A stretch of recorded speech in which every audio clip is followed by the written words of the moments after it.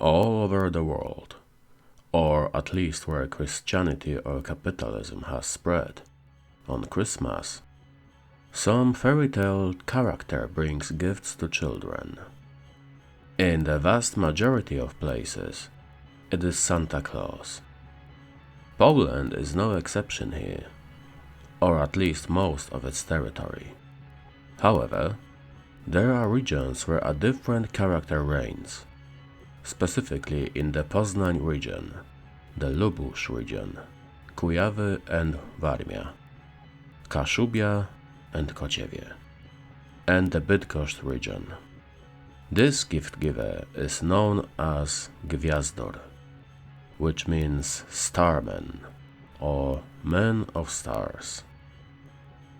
Nowadays, very often his disguise looks identical to Santa's, leaving only the name as a distinguishing factor. But his traditional appearance is slightly different and quite specific. Traditionally, the person portraying the Gazdor wears a mask or has his face smeared with soot. We warn Western listeners, there is no reason to believe that it has anything to do with blackface. There is not the slightest suggestion that the Gazdor has anything to do with Africa. He is dressed in either a sheepskin coat or clothing made of tar. Sometimes he is accompanied by a female figure called Gwiazdka, which means little star. She, in turn, traditionally has her face covered with a veil or simply a piece of cloth. There are other star motifs in Polish Christmas rituals. In Poland, the most solemn day of the holidays is not December 25th, but Christmas Eve, or specifically its evening. This day is popularly called Gwiazdka. Yes, like the female character mentioned earlier. We sit down for the evening supper when the first visible star appears in the sky. In the old Polish tradition, is it the day when the veil of the worlds becomes thinner and ghosts appear among people. The tradition of the empty plate is related to this. In addition to the plates for each person participating in the feast, there should also be one additional plate on the table. In ancient pagan times, this plate was intended for deceased relatives. Later it became a symbol of waiting for loved ones who were sent to Siberia by the Russian occupiers.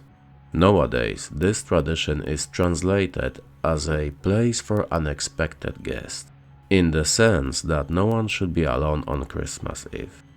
So this plate is in case some strange, poor person from the street shows up at the door and you can invite him.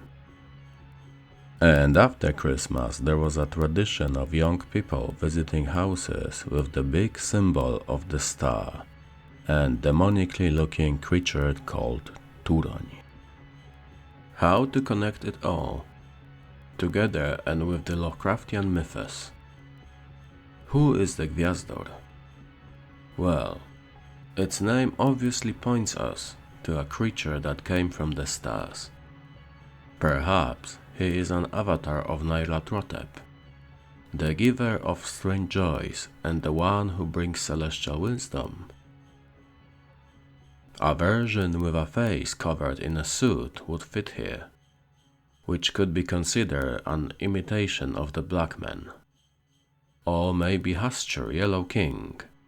The Gazdor wears a mask, something that is often an attribute of this creature.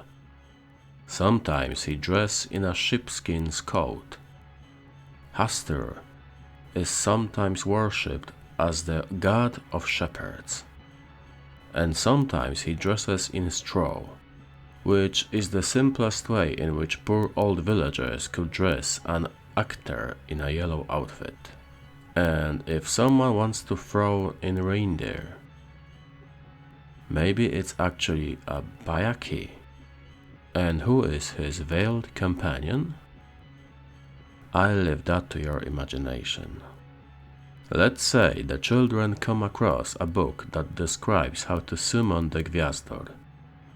Of course, the stars must be right, so the summoning ritual should be performed on December 24th, a moment after dusk, exactly when the first star appears in the sky. Perhaps the plate will play some role in this ritual, but if the ritual is successful, the children may see that the Gazdor, the unexpected guest, is very different from their fond imaginations, like the gifts he brings with him.